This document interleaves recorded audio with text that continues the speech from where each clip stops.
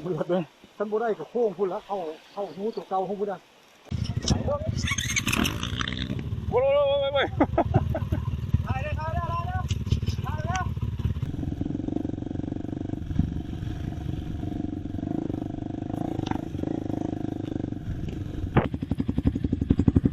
ไปกูได้ปะ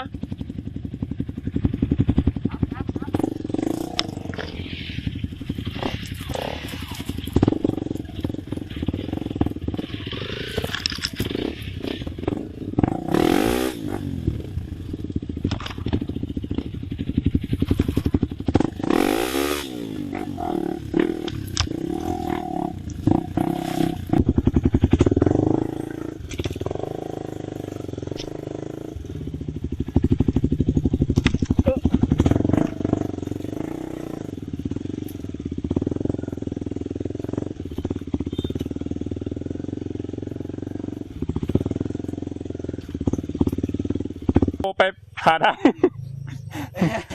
ติดแล้ว CF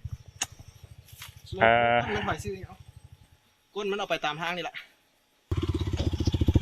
ไปแล้วหัวหน้าซิโก้ไปแล้ว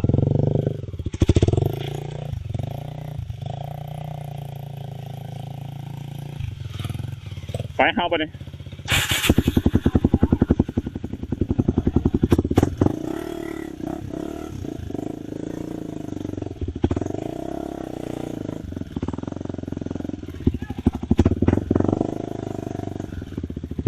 ตายทาเมื่อยด้วยนี่นะ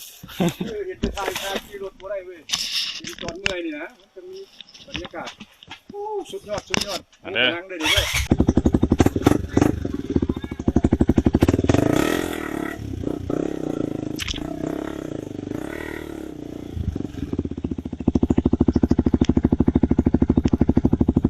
ไอ้สภาพคนเมาข้างเนี่ย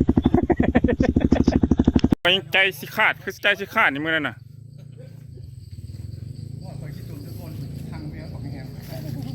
ขอยานมันซ่าแล้วมันลมลงอะไรก็เป็นรถทางแนวรถยังไงมันก็ล่มปีตัวแล้วมันมีแฮมไหมกินเพื่อมันจืด เป๊กับได้นี่ก็ได้ครับหนังใครละบ่มือตีนมือตอนนี้มีแฮงแล้ว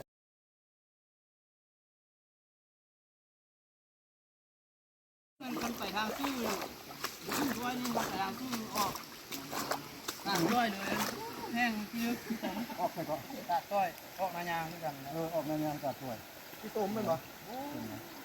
เราเลยนั่นคือต้มก็มาทางโค